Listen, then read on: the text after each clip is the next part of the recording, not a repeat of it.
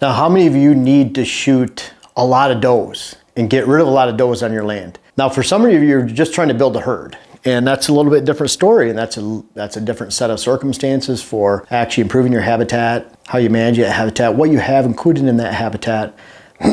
And you'll find there's drastic differences. And there's even people that, you know, these people are shooting a lot of does, these people don't have a lot of does or have few does over here, deer in general. And this talk are for those of you out there that are having a problem with shooting enough does on your land and for your herd reduction measures. And it can be difficult because if you have a lot of does and you don't have enough tags, then you experience this ever recycling pattern of too many deer on your land. In fact, if you have the conditions to create this problem in the first place, then it can be repeated over and over again despite your best herd reduction efforts, because the number one way to reduce deer on your property and eliminate deer and lower deer numbers is not with your trigger. That's second, that's third, that's fourth down the line. That's for just general misunderstanding of how to manage deer. Well, let's practice trigger control. I've been on a property in Mississippi where they said, because of February numbers, we're going to shoot 50 does per year for 10 years. Well, they base their numbers and base their herd recommendation goals on February, not October, November. They base it on February, when deer were attracted to the land with a limited amount of cover and food in the area. And so while those landowners repeatedly shot the recommended number of deer on a large parcel, within 6 to 8 years, they had very few deer on the land, very few bucks. And you know what? Their neighbors didn't have a lot of deer either. So no one did them any favors by recommending just pure trigger control, because they lacked the understanding of why the deer were there in the first place in February as opposed to the hunting season. And they just had a diminishing return of deer numbers every single year. There's a way to do this, folks, a very easy way.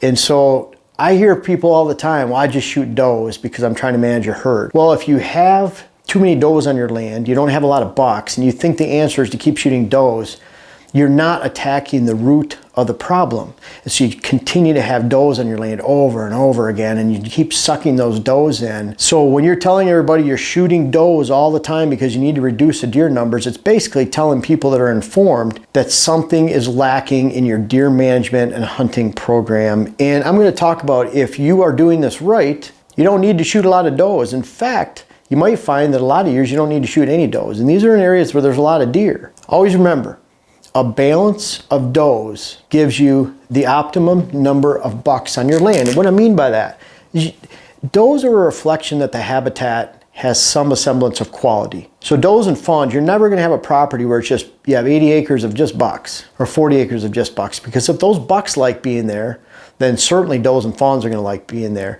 And does and fawns get to rule the roost. And so the does and fawns, the bucks are not there because the does and fawns are there. The bucks are there because the does and fawns found the land attractive. And the does and fawns are telling the bucks, basically, by use of that land every day, that this is attractive habitat. And then those bucks will want to stay. However, if you have too many does on the land, you're not going to have those bucks. And people say, well, I have to have those does, more does better for the rut. Not if those bucks have does somewhere else in a more balanced property. They might randomly come through at night, but it's a stressful situation with a lot of does. Does take up space. So you're not gonna have bucks living on the land. They don't interact with does and fawns other than for a few days out of the year during the rut. The rest of the year, they stay by themselves. In fact, older bucks stay away from younger bucks even. So if you have a lot of young bucks, a lot of does and fawns in your land, you're not gonna have a good balance. And what you find is, here's your balance point right here. That means as the number of does increases, you'll experience the optimum number, however you want to express this, you'll experience the optimum number of bucks. The two meet at that point. The problem is, the further the doe numbers increase from that point, the fewer bucks you can expect on the land. So as the number of does increase past a point of balance, the fewer bucks you're going to see. And that's going to be the fewer bucks you see even during the rut, because there're not going to be a lot of mature bucks that want to come over into your stressful, doe-filled, fawn-filled land during the rut. It sounds like a great combination, but it's stressful to them. They can't just go breed all these different does and fawns, and there's not enough space for them anyways. So you're not going to have the optimum number of bucks. When you have a balanced herd, you spend fewer resources spent for time and money. You don't have to continually keep shooting these does and spend your time on shooting these does. A lot of times, because of the root problem of how many does and fawns you have on your land in the first place, you're spending even more money than you need to on the land. I go to client properties and I'm never going to use a product, a seed, anything that I don't believe in, because I'm paid to be right. I'm paid to be right for clients. I'm paid to be right on YouTube and creating videos. I'm paid to be right in my books, web classes. I'm not paid to just purely support a product that I don't believe in, like a lot of the hunting industry, in fact, where they're just signing up for XYZ product because that's who gave them the most money, and they're pushing that. I just get paid to be right. And so there could be someone with more experience, and I could learn from them, but you always continue to try to learn. I learn on every property I go to. I'll be on about 110 this year in many states. I learn on every property I go to, and I want to keep learning till the day I die. People say, when are you going to retire and not go to properties? When I physically can't go to properties anymore, I won't go. I like going to properties because I love deer hunting, I love deer management, and I want to continue to learn on every property. And what I found is that you can spend a lot less, be more efficient with your time and money, and still be the herd influencer in the area, especially when you eliminate the root problem of why there are typically too many does and fawns in the area. When you have a good herd and you experience the type of property, habitat, and herd that I'd like you to, and the type of hunt, then you're going to have that best hunt and herd. It goes together. When you find balance and when you eliminate the root cause of too many does and fawns, you're going to have the best hunt and herd. Because again, if you have too many does and this root cause is causing that, then you're going to experience a great herd and hunt because you find balance. And number 5, you can finally be the true herd influencer if you get rid of this. And I'm not saying that you need to get rid of this in all situations, because there are people out there, people watching this, that actually want to have more deer. And they're saying there can't be people out there that have too many deer. There are. There are people that have. I've been on properties where we've seen 100 deer just driving around in the side-by-side in the evening before I actually went on the property during the next day to design the property. Experienced properties that can honestly say they have 40, 50 does and fawns, and they're getting pictures of 7, 8 bucks.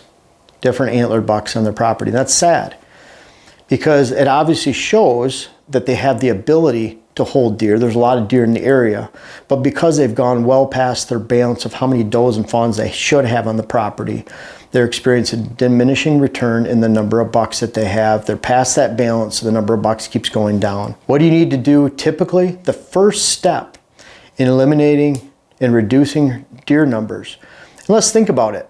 If you're up in the northern wilderness section, you're probably not talking about too many deer. If you're in a big hardwood section, if you're on public land, you're probably not talking about too many deer because you don't have the habitat to support them. So when we're talking about too many deer, we're talking about a lot of times ag land, fertile soils, no winter kill, areas that are conducive to holding in a lot of deer because they have good habitat and food. And what it boils down to for me, what I see, the repeated pattern, your first step in herd reduction, if you haven't done this already, if you don't have this, is get rid of summer food. Summer food creates so many problems. You're not helping the health of the herd by putting food plots out there. You're not doing anything for the health. In fact, you can make a case where if you're cramming a lot of deer into small food plots during the growing season, that you're stressing them out and you're reducing antler growth, you're reducing body weight, and you're stressing out the herd in general, and you're making it easier for predation, for coyotes to find fawns, because you're concentrating deer into one location for predators to come through and get those fawns very easily because you're concentrating all these deer in one spot. And guess what? Those does and fawns that are there during the summer, they stay into the fall. And if it's too far over that balance, you continually have to shoot more and more. You know, this property in Minnesota, I could put a bunch of summer food out here, and we could have 5 times as many does and fawns on the acreage that we have right here than we do right now. I can honestly say that last year we probably had more bucks than does and fawns. Because we didn't have that summer food, there's summer food everywhere around here. I'm not helping the health of the herd. I'm not doing anything. The only thing I'm doing is diminishing my ability to actually control the herd during the fall. What ends up happening is when you don't have that summer food, now those does and fawns spread out. That's a good thing. They're not stressed out on top of each other. Fawning territory is very competitive and it's protected. Those does, those old matriarchs, they take over those locations. They have those fawning grounds typically till the day they die. They're not going to move. Bucks, on the other hand, they travel far and wide for quality food sources. Does that are here today are here to stay. If you have summer food, you're just magnifying the problem of too many deer. When you allow those deer to spread out naturally in the area, then you expose those does and fawns to other properties, to other hunters. Other hunters get to take part in the herd reduction. But for that, you actually reduce the number of deer, does and fawns on your property at least going into August, September, October. That's one thing if you're collecting deer in November and then more in December, more in January, because you have great habitat and food in the area and great cover. It's another thing when you have a huge number of does and fawns going right into the season, you're not going to attract those bucks. You're not going to attract the number of bucks you have. And the first step in herd reduction is not trigger control. It's eliminating summer food sources. Now, if you want to build a herd, plant summer food sources. If you want to reduce a herd, get rid of summer food sources. Bottom line, it'll help you greatly. And there's always exceptions to this, but if you're experiencing a large number of does and fawns, you need to look a lot of times no further than the amount of summer food you have, get rid of it, and enjoy hunting a high number of bucks versus does like I do, and like I try to teach my clients to when I visit their land, so that they can experience a balanced herd, so they're not spending a lot of resources and time and money on wasting summer plantings and summer food plots. And a lot of people don't understand. They're just, we need a certain percentage in summer food. You just do it. You need to have a certain percentage of fall food, and typically that's 100%. And that's going to allow you to build a herd, attract a herd, and be the actual herd influencer. The person that's attracting huge number of does and fawns and doesn't see a lot of bucks and has a poor hunt is not a herd influencer. They're just spending money. And it's not only money, it's time and resources. So the first step is not thinking about trigger control. I hate that, trigger control. I've just been hearing that in QDMA circles, especially going back for many years. Trigger control, trigger control. Trigger control means nothing unless you're actually eliminating the root cause of how many does and fawns you have on your property in the first place. Consider getting rid of the summer food and consider enjoying a great herd and hunt like I do and my clients do, like Dylan's clients do, on an annual basis, because they understand balance. And if you understand balance, the herd potential in your area and the ability for you to be a herd influencer and have a great hunt is probably many times greater than you could even understand. Because if you've had summer food and you have a lot of does and fawns on your property, you continually have to shoot them, you have no idea how really good it can be when you actually create balanced habitat improvements. Consider eliminating the root cause of the problem and head into this fall. I urge you to try it this year. Please comment back during the middle of the winter time this year if you try it, because those that do find success, number of bucks skyrockets. That means the number of rubs, scrapes, fun. No one sits around the campfire talking about old Sally that was just this great elusive doe. Because if you sit and you hunt and you're trying to get some certain doe and you can't shoot her, that means you have poor habitat improvements. Your habitat improvements are in the wrong timing. Instead, people sit around and talk about old Mo, the giant 8-point that was up in the UP where we used to live. They talk about those giant bucks in the area, and that's all relative. You know, somewhere in Michigan, I can think of Gaylord Grayling area where there's a lot of sand, and there's winter kill up, Gaylord experienced about 175 inches of snow annually, a lot of sand, a lot of poor habitat. You might be looking at a 2-3-year-old 8-point is the king of the hill in that area. A lot of small properties sandwiched in together. Down in Iowa, that might be a 6-year-old. But it doesn't matter. It's all relative. I've had clients that I've gone to in Michigan. I'll quit picking on Michigan, but they hadn't seen an antlered buck during the daylight in 7 years.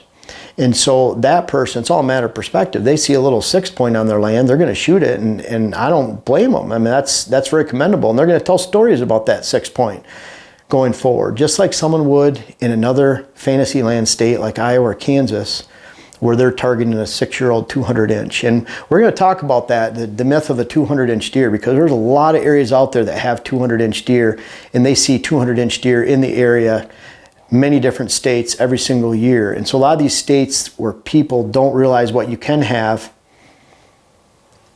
go to other areas, and it's amazing how common even 190, 200-inch deer can be, where people see those every single year. But bottom line is, you're not going to experience that 200-inch deer or that great 2 or 3-year-old buck in the area, in a lean area, unless you offer the right habitat, the right food, at the right time of the year. And that time is fall, and that allows you to be a herd influencer, and not only influence a herd, but have a great hunt every hunting season. Well, I'm real excited, folks. I appreciate you watching this video, but my next web class, How to Plant Food Plots, How to Design Your Food Plot Program, is out. And it really goes through a step-by-step process for not only how to plant your food plots, but why you should plant them, where you should plant them, what you should plant, how you should create them. There's a lot of different modules. Ends up about 30 videos altogether. I urge you to check that out. We're out here completing our food plot work today, and we do that in a pretty strict pattern so we can find success this fall. Food plots shouldn't be a guessing game. Take the guesswork out of food plots and food plots planting, and check out the web classes. I have my How to Design Your Whitetail Property, the food plots for the next web class in the series, and I hope you enjoy it. I hope you check it out, and let me know what you think if you end up purchasing that, and I think you'd be well pleased that you did.